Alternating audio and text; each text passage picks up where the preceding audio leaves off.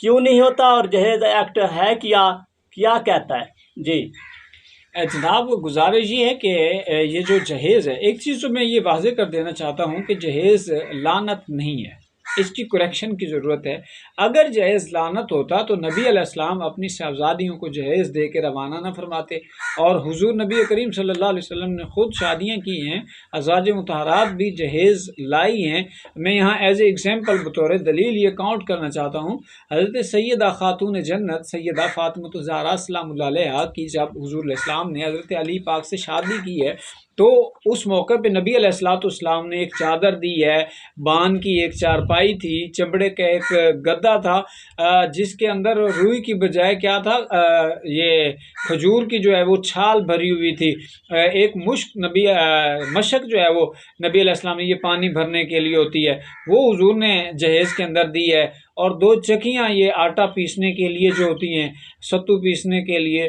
وہ نبی علیہ السلام نے جہیز میں دی ہیں، اور 2 مٹی کے گھڑے تھے جہیز کے اندر جو سرکار نے اپنی بیٹی کو دی ہیں۔ تو اس کا مطلب ہے کہ جہیز شریعت سے، نبی کی سیرت سے ایک دلیل ہمیں ملتی ہے۔ اب رہی بات یہ کب لعنت بنتی ہے، اگر محدود مقدار میں اور جتنی استطاعت ہو آسانی سے دے سکتے ہیں اتنا دیا جائے تو پھر تو یہ سنت ہے، اور اگر معاشرے کے رواج اور رسومات کو سامنے رکھتے ہوئے سود کے اوپر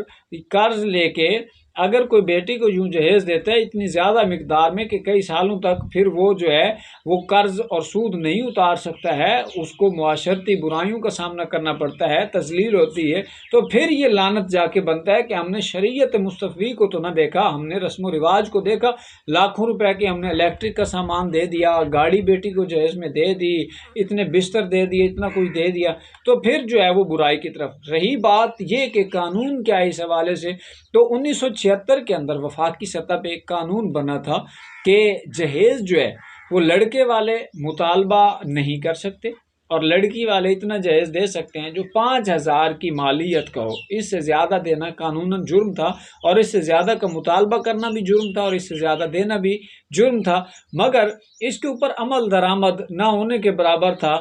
اور اس کے بعد پھر مارچ 2017 کے اندر خیبر پختونخوا اسمبلی کے اندر جو ہے وہ بل پیش کیا گیا، یہ جہیز کے حوالے سے اس کی مقدار متعین کی جائے تاکہ معاشرے کے غریب آدمی اپنی بیٹی یا بیٹے کی شادی آسانی سے کر سکے۔ تو یہ آگے سے مسترد کر دیا گیا، یہ آن دی ریکارڈ ابھی بھی موجود ہے، آپ نیٹ کے اوپر دیکھ سکتے ہیں۔ 2017 کی جو اسمبلی میں یہ بل پیش کیا گیا، مسترد اس لیے ہوا کہ یہ پہلے قانون یہ 1976 والا موجود ہے، اسی کے اوپر عمل درآمد ہوگا۔ یہ جو مارچ 2017 میں بل پیش کیا گیا تھا نا، جو منظور نہ ہوا، مسترد ہو گیا، اس کے اندر تھا کہ تقریب جو ہے وہ 75,000 روپیہ دلہن کو جو دیا جائے گا وہ 10,000 تک کا ہوگا، اور جو کھانے ہیں ولیمے میں وہ 1 ڈش ہو، 1 سے زیادہ جرم قرار دی جائے۔ اور اسی طرح اگر کوئی ان چیزوں کی خلاف ورزی کرتا ہے، یعنی کہ جو تقریب ہے وہ 75,000 سے زیادہ، یا دلہن کو 10,000 سے زیادہ تحائف دیے جاتے ہیں، یا 1 ڈش سے زیادہ بنائے جاتے ہیں، تو پھر یہ قانوناً جرم ہوگی، 2 سال تک جو ہے وہ قید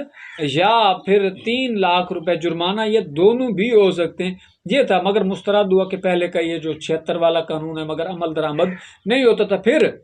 2020 اکتوبر کے اندر وفاقی سطح کے اوپر جو ہے وہ ایک قانون بنایا گیا تھا کہ جو جہیز دیا جائے گا وہ 4 تولے سونے کی مالیت کا ہوگا، یعنی ساری چیزیں، الیکٹرک کا سامان ہو، بستر ہو، سونا ہو، اور جتنی چیزیں ہیں، اوڑھنا بچھونا، سب کچھ، وہ 4 تولے سونے کی مالیت جتنا ہو تو ٹھیک ہے، اس سے زیادہ ہو تو وہ کیا ہوگا، قانوناً جرم ہوگا۔ مگر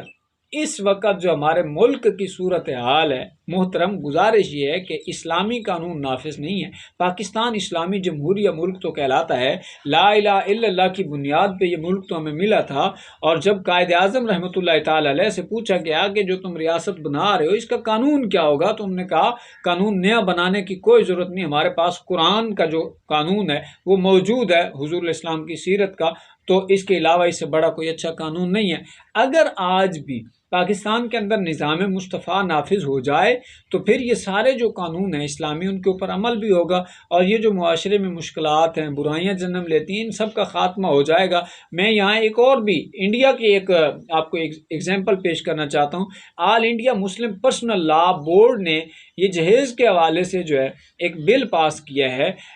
حال ہی میں، قریبی وقت میں، تقریباً 2020 کے قریب کی بات ہے کہ انہوں نے یہ بل پاس کیا ہے کہ اگر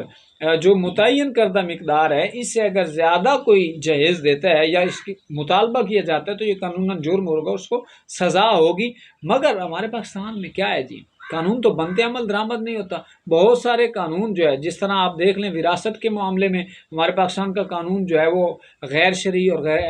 غیر اسلامی ہے۔ اسی طرح یہ خلا کا جو تنسیخ کا جو معاملہ ہے، عدالت کا جو ہے، یہ بھی غیر شرعی قانون اس وقت ہے۔ بہت سارے قوانین ہمارے پاکستان میں اغیار کے جو ہے وہ لاگو کیے گئے ہیں۔ جب تک اسلام کا قانون نہیں ہوتا، نظام مصطفیٰ نافذ نہیں ہوتا، تب تک قانون بنیں گے، ٹوٹتے رہ جائیں گے، مگر لوگ مشکل میں پھنستے چلے جائیں گے۔ اب بھی اگر آسانی، سب سے پہلی چیز یہ ہے کہ میں اپنے اوپر تو خود لاگو کر سکتا ہوں نا، شریعت میں خود لاگو کروں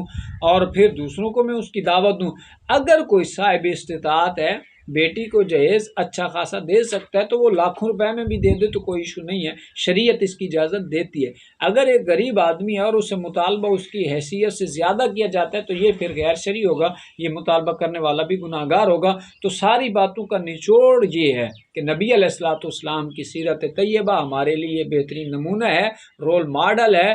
نبی علیہ الصلوۃ والسلام کی حیات طیبہ میں حضور نے خود شادیاں کی ہیں، اپنی بیٹیوں کی، شہزادیوں کی شادیاں کی ہیں، تو ان کو سامنے رکھتے ہوئے اور یہ ساقی صاحب، میں آپ کے اس پروگرام کی وساطت سے ایک پیغام یہ بھی دینا چاہتا ہوں کہ شادی کے معاملے میں صرف جہیز ہی ہمارے لیے مشکل نہیں، بلکہ بہت ساری اور بھی رسومات ہمارے نوجوانوں کے یہ ہوتے ہیں کہ بھئی ہماری شادی پہ اتنا بڑا کنجر جو ہے وہ ہونا چاہیے،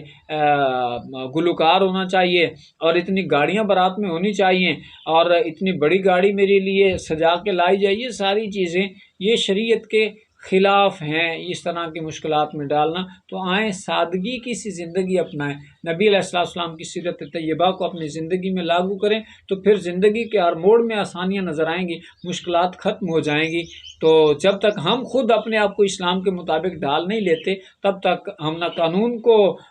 طاقتور بنا ہوا دیکھ سکتے ہیں اور نہ ہی معاشرے میں آسانیاں دیکھ سکتے ہیں۔ جی، گفتگو آپ نے سنی، امید ہے کہ لوگوں میں تھوڑا سا کلیئرٹی آئے گی۔ اگلے پروگرام تک اپنے میزبان ماہر جاوید ساکی کو دیجیے گا اجازت۔ اللہ سونے کے حوالے۔